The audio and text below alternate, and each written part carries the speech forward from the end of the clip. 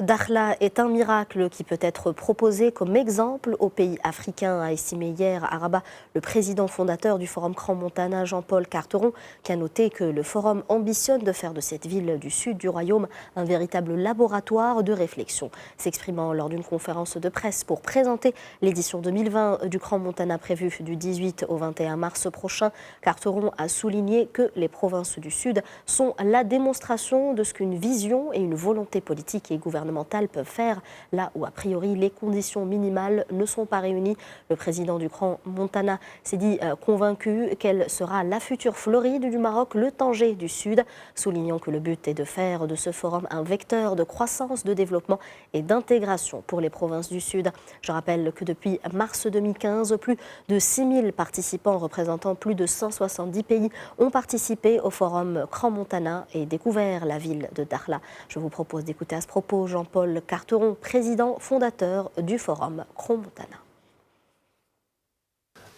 Il y a une désagrégation du lien social